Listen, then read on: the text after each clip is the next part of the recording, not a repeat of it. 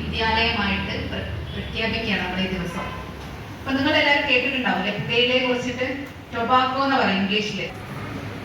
നമ്മള് ചിലപ്പോൾ നമ്മുടെ വീടുകളിൽ തന്നെ പലരും ഉപയോഗിക്കുന്നുണ്ടാവും അല്ലെ? സിഗരറ്റ്, ബീഡി ഇങ്ങനെയുള്ള സാധനങ്ങളൊക്കെ എന്താണ്? പുകയില ഉൽപ്പന്നങ്ങളാണ്.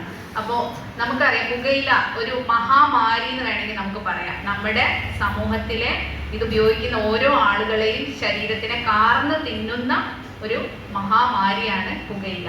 പുകയിലയിൽ പലതരത്തിലുള്ള രാസപദാർത്ഥങ്ങൾ അടങ്ങിയിട്ടുണ്ട്. നമ്മൾ സ്കൂളിൽ പഠിക്കുമ്പോൾ പഠിക്കുന്നുണ്ട്. എന്താണ് പുകയിലയിൽ അടങ്ങിയിരിക്കുന്ന ഒരു രാസപദാർത്ഥം?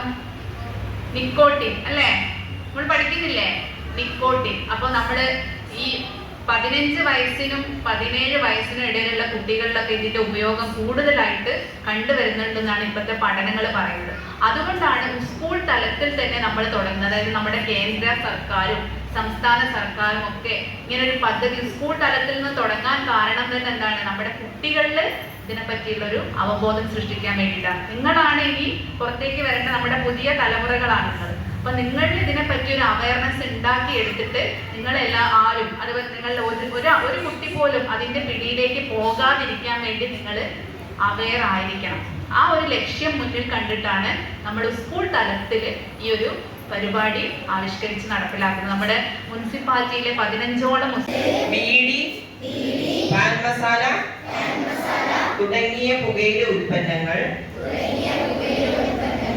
മരണത്തിലേക്ക് നയിക്കാവുന്ന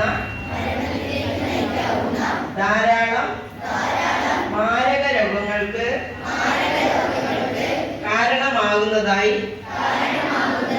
ഞാൻ മനസ്സിലാക്കുന്നു. പുകയില ഉപയോഗം മദ്യത്തിലേക്കും മയക്കുമരുന്നിലേക്കുമുള്ള